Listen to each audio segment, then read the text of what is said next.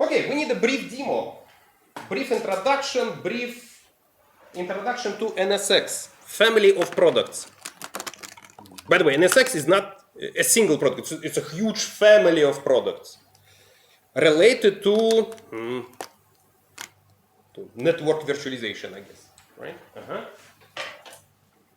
Thank you. So, everyone has a clear view, right? You can return one step. Better? That's better. Yeah. Let's start from a dream. Right? So, this diagram, everything below this line, it represents our physical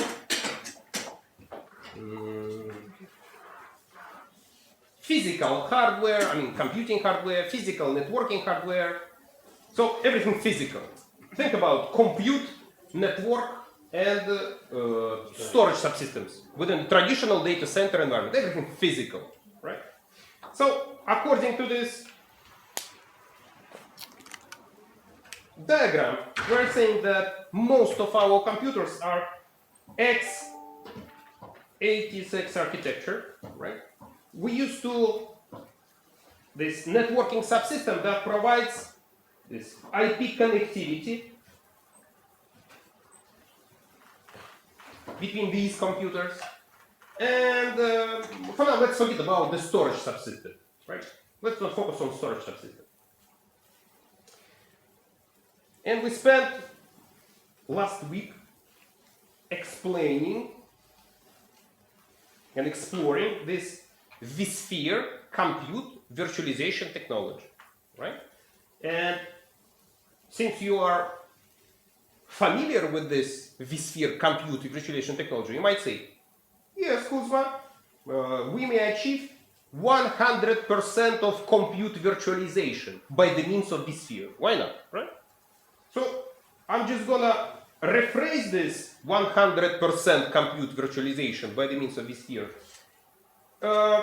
by using this new term called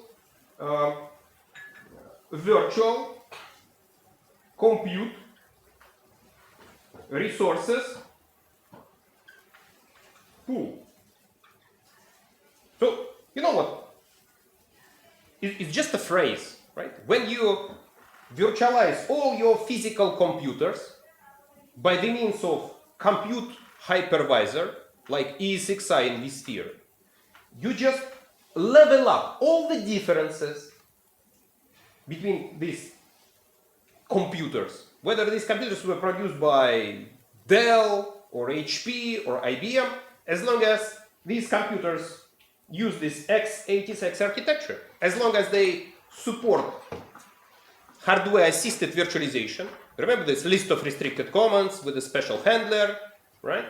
So when you virtualize your physical computers, you create a pool of virtualized compute resources. It's like generic resources. It's like a way to abstract from all these differences, variations, and complexity, right? So I would say one of the main objectives for compute virtualization is to disintegrate this whole physical mess and create this pool of uniform virtualized compute resources, right? It's just a phrase. It's just a different point of view, right? Then, if we're still talking about vSphere, which is a compute virtualization platform, we're saying, we can use this pool of virtualized compute resources to create logical computers. Think about virtual machines. Logical computers defined in software, right? So, because you've already experienced this. So you just create the software specification for this logical computer, and then this logical computer is like created from this pool of virtualized compute resources. So let's introduce this new term, software-defined computer. but we used to this virtual machine term, right? It's just a computer defined in software. And the brilliance of this logical layer is that all these entities defined in software are kind of decoupled from their physical underlay, right? And you already verified this, right? So, for example, this virtual machine, this logical computer defined in software, this moment is running on this physical host, and the next moment it's live migrated to a different ESXi host using vMotion, and the next moment, I don't know, it fails over to a different host.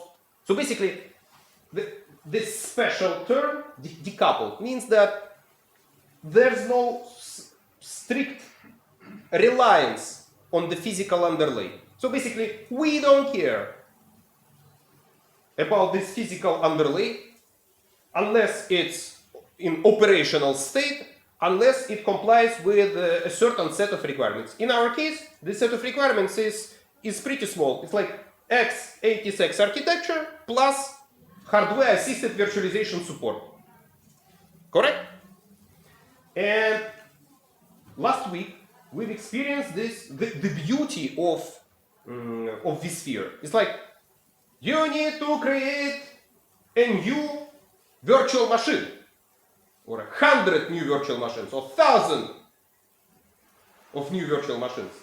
You just pick up the proper image, virtual machine template, proper golden template, and you initiate this deploy VM from template action. Of course, if you're using the graphical user interface as a human operator, basically it's not doable. But use scripting, use API access, and then you'll be able to initiate hundreds, if not thousands, of parallel, of simultaneous deployments, right? It's just a feeling, right? You're feeling that it's very convenient. Now, what does it mean to back up this logical computer defined in software? That means you just create a copy of its state, meaning the files, right? And probably the contents of its memory, but not necessarily. Usually we're talking about the files only, right?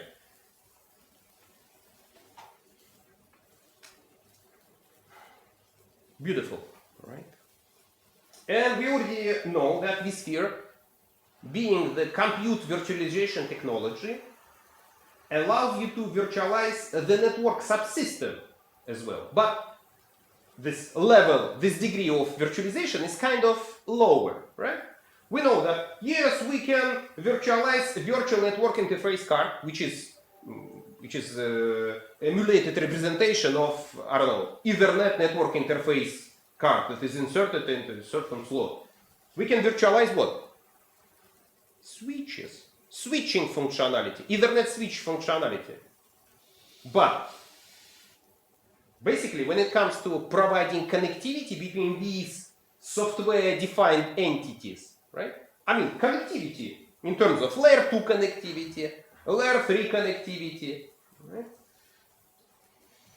You cannot ignore the guys from physical networking team, right? You have to negotiate this whole connectivity logic, right, with your physical networking team. And we already know that physical networking guys are kind of hardcore, right? You don't mess with physical networking guys, right? Okay. So basically, last week we talked about this VLAN kind of stretching, right? So we have these racks filled with ESXi nodes. We have these pods of racks filled with ESXi nodes. These pods are located within, I don't know, a single room, or a single floor, or a single building, or across several buildings, right? And basically, you, as a member of virtualization team, if you need to provide connectivity between your virtual machine, between your software-defined entities running on different ESXi hosts within a single room, on ESXi hosts in different rooms on a single floor, or on ESXi hosts across different floors, across different buildings. You still need to negotiate this access with the guys from the physical networking team. You approach them and say, guys, please stretch this set of VLANs across this room, across this floor, across this building, or across various buildings. And that comes at a cost. Because for physical networking guys, it's not an easy task to provide this layer 2 connectivity, to stretch these VLANs. That comes at a cost. And it takes what? Days, weeks, or even months for physical networking team to provide a layer 2 connectivity across rooms, floors, and physical buildings, right? What about layer 3 connectivity? What about routing functionality? vSphere has no means to virtualize a routing function, right?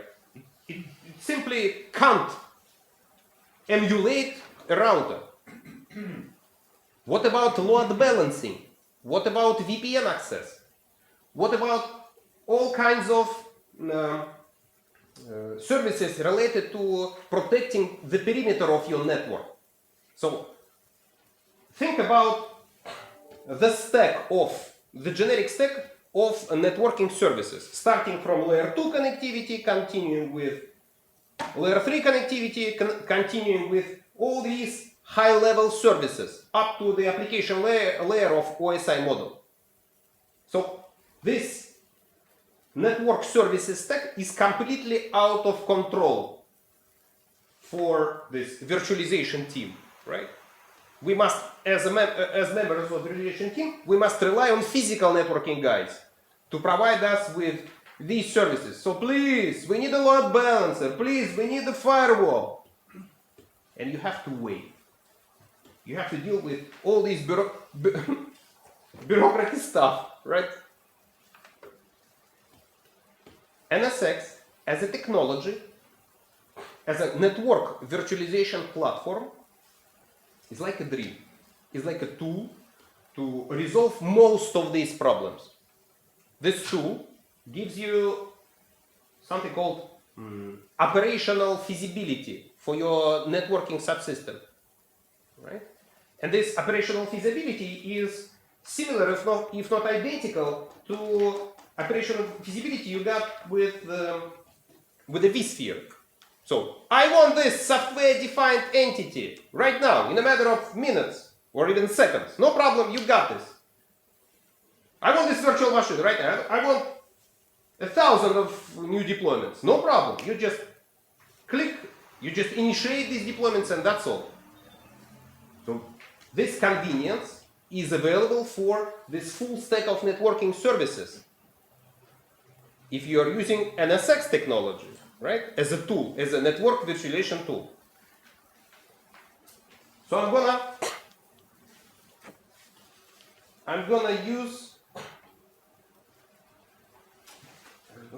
clear this board.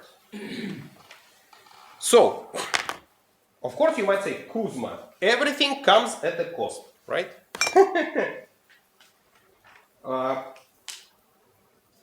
NSX approach to network virtualization comes at a cost. So this cost implies that still you have to negotiate with your physical networking guys some rules in advance before you start virtualizing this whole environment using NSX technology.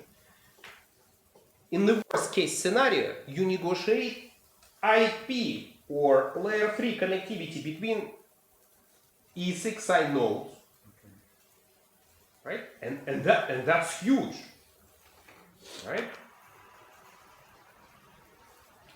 It's like a great relief for your physical networking guys. They no longer need to stretch various VLANs across rooms, floors, and buildings. It's kind of relief. They say, oh, you know, that's the best present. So you don't need to compare VLANs. Only connectivity. In worst case scenario, right? You can put them in one VLAN. Yes. Or you might use VLAN-free environment. But still, I'm not saying that network virtualization by the means of NSX is mutually exclusive with VLANs. But I'm just saying, right? We no longer need to negotiate with physical networking guys this set of VLANs stretched across all the racks, all the pods, distributed across rooms, floors, and buildings. All we need is, guys, I need this exact IP datagram that originated from any EE6 I know to reach any EE6 I know, right? I don't need this frame, Ethernet frame. I don't need layer 2 connectivity. Layer 3 only. Good. Which is already there, user. And you know, since most of you have networking experience, you might say, Kuzma, and this relief allows us to get rid of this traditional core distribution access layer architecture for our switching fabric and all these various problems with spanning tree algorithm, right? We may switch to a more efficient, to a highly scalable architecture called Rafi? Not Rafi, Sufyan. Close, finally. Spine leaf, correct. Spine leaf architecture. So you understand what I mean, right? Spine leaf. Spine leaf architecture is very convenient for physical networking guys, right? They no longer bother with stretching these VLANs across pods. Yes, we still have this standardized set of VLANs with some predefined numbers, but VLANs are stretched. They say the layer 2 boundary is the top of the rack switch. And we only have layer 3 connectivity between racks. So basically, every rack or even the pod is like a leaf on a huge spine. Very convenient. So networking, physical networking guys, they are kind of happy. Oh, thank you, at last. We don't have to bother with all this mess. Okay? What else do we require from this physical network? Somewhat enlarged frame size. What is the standard size of Ethernet frame? It's 1500 bytes. I need a little bit more. We need 1600 bytes. So MTU must be enlarged. But again, in a traditional data center environment, you mostly use jumbo frames. So it's already there. It's not that complex for a physical networking team to arrange this enlarged MTU size. So as long as this MTU size is equal or greater than 1600 bytes, then we are completely okay, right? So, in summary, for now we represent this virtualization team. We've negotiated with our physical networking guys that, layer 2 IP connectivity between EE6 hosts distributed across rooms, floors, and buildings. Enlarged MTU size. And basically, in the worst case scenario, that's all. So no more interactions are mostly required for us to operate. So physical networking guys, just go away. We are on our own. Then let's introduce the concept of network hypervisor, right? Similar to the concept of compute hypervisor. And again, now basically we are going to dive deeper into vendor-specific implementation of VMware-specific implementation of network virtualization. Different vendors, different approaches, different implementations, different ways to virtualize network, right? I'm not claiming that is the best approach, right? I'm just saying that this approach is a mature one, it's reliable, and it's one of the leading approaches to virtualize your network. One. And the second note is that now we're going to discuss NSX product that was previously known as NSX-V. -V means works on top of vSphere. So NSX that requires vSphere as a prerequisite, right? Nowadays, this NSX-V product was renamed to NSX Data Center. But that's a pure marketing, right? So I'm gonna refer to this exact NSX product as NSX-V because again, I'm used to this acronym, right? Okay, so So not detached from closer web than NSX-T. we have multiple products in NSX family. We have NSX-T that nowadays is renamed to NSX-T Data Center, and we have multiple products in this family. But now we are going to concentrate on NSX-V. NSX-V works on top of vSphere. So you must virtualize your computers first, and then you'll be able to virtualize your networking subsystem completely. Now, come on.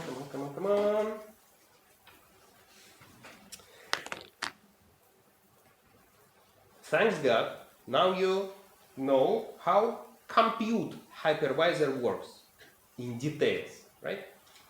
Please think about this list of restricted commands, right? So I'm going to rephrase this whole logic. So every guest operating system attempt to generate input-output is guaranteed to be intercepted by VM kernel, correct? Yes. And that also means that we're talking about, that includes network input-output, right? So, if guest operating system is trying to reach out to some kind of network, this whole network environment, its topology, its configuration can be 100% virtualized by VM kernel. But you do remember that VM kernel is kind of dumb entity. VM kernel has no clue on how to virtualize this complex set of network services. VM kernel needs some additional modules for network virtualization. So basically, when it comes to processing or handling guest operating system network input-output, VM kernel just forwards this processing to some different modules that are somewhere aside. And these different modules, they are a part of NSX platform, right? These modules introduce this full stack network services virtualization, right? According to some rules. So, again, I'm going to rephrase this whole story and say, you know what? Let's use ESXi's with some additional modules,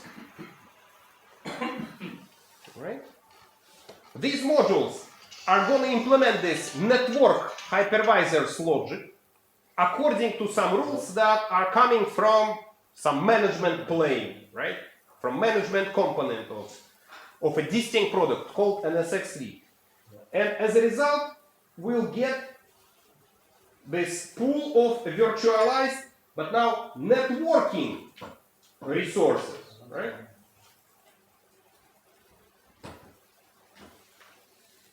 Right? Again, it's like we've leveled up all the differences, all the variations for this networking subsystem across all these IP networking hardware. So as long as this networking hardware provides IP connectivity and supports this enlarged MTU size, we don't care. We just get this generic set of virtualized networking resources, and now we can switch to this logical layer, and in addition to our computers that are defined in software, we may easily create what? The network, logical network,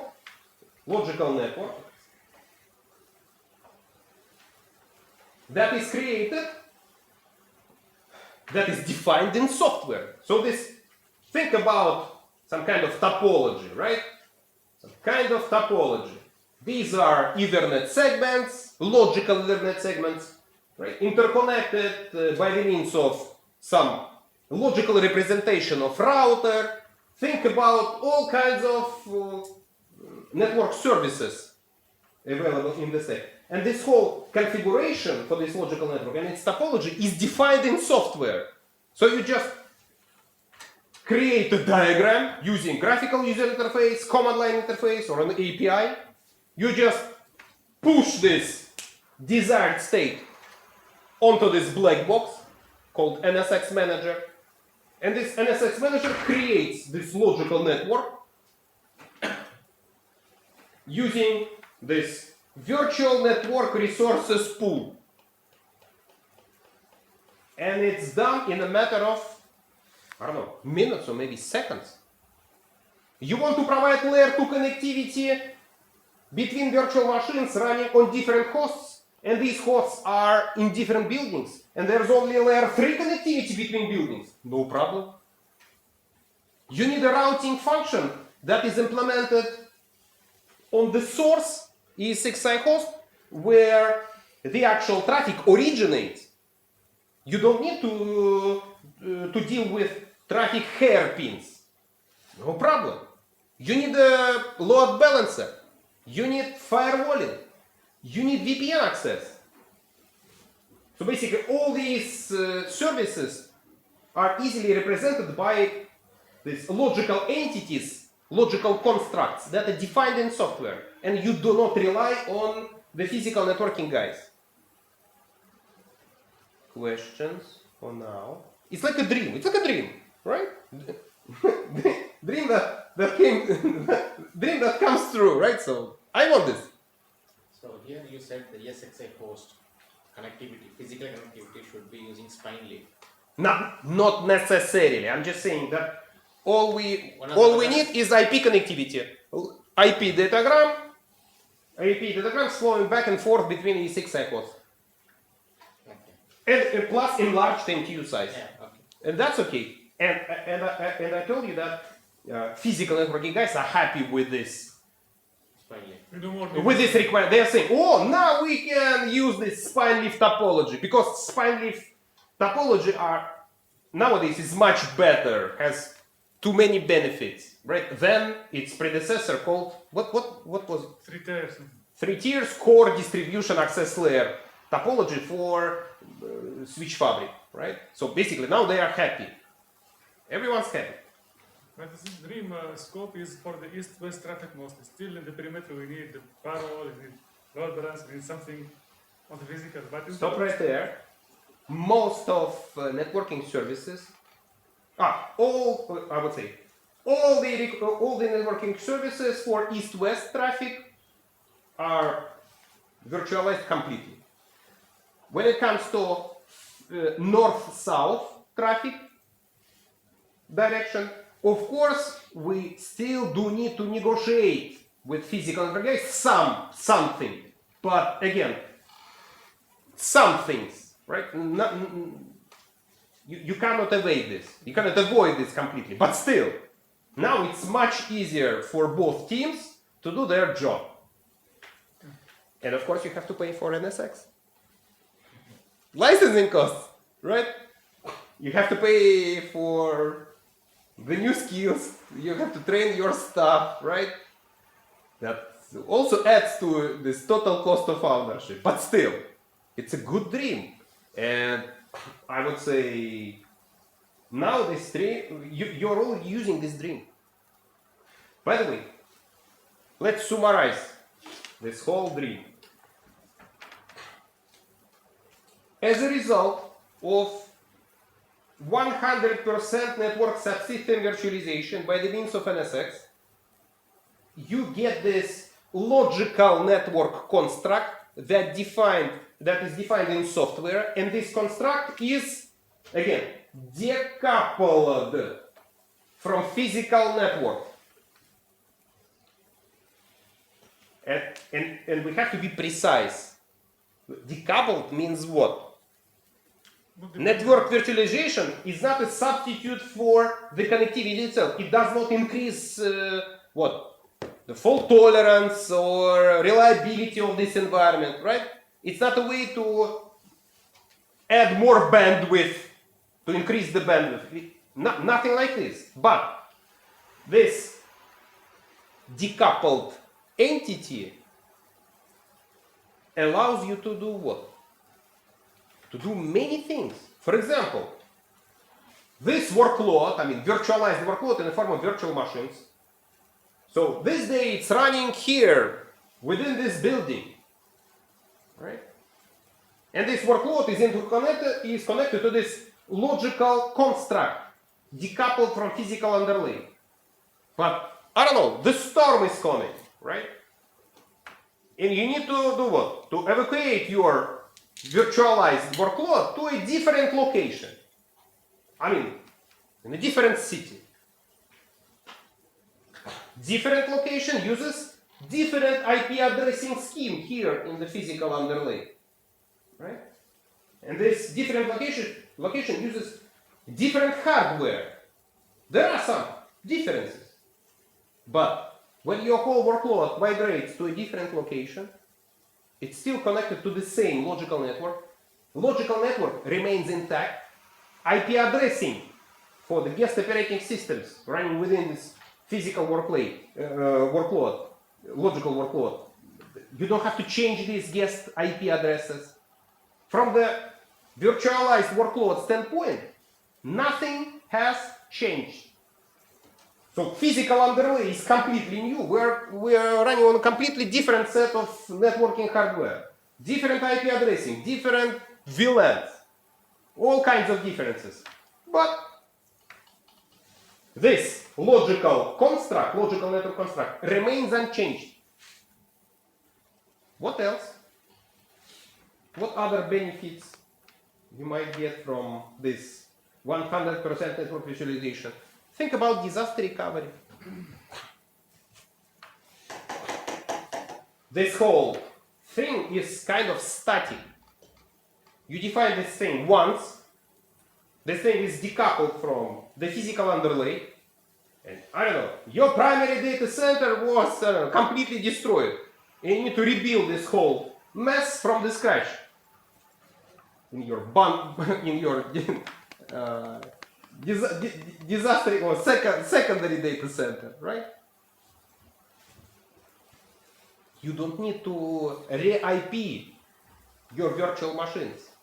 You can recreate this whole stuff from the scratch in a matter of minutes, assuming your network virtualization platform is operational, right?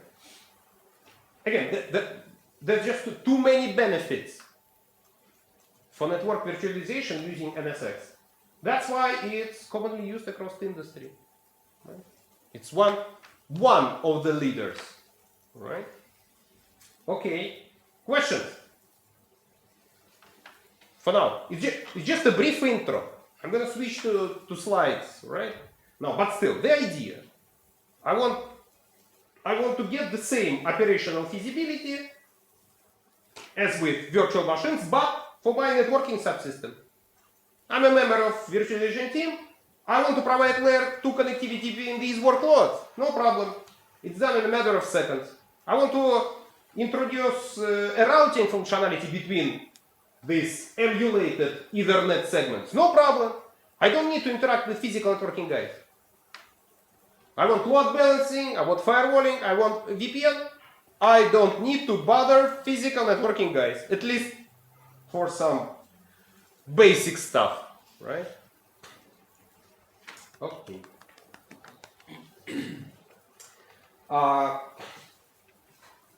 So what you're saying is, with this we can create logical networks, which is like decoupled with ESXi host. It doesn't Decoupled from physical networking equipment. Yeah, when I say ESXi, it's like physical. Okay, so this can be keep moving between any of the ESXi host. Yes. If we are talking about NSX-V, that But it is spread across, right? This logical network is spread across. It's yes, not like- they say that it's spanned across multiple ESXi hosts, as long as these hosts are prepared for NSX, whatever that means. Okay, yeah, module installation. So,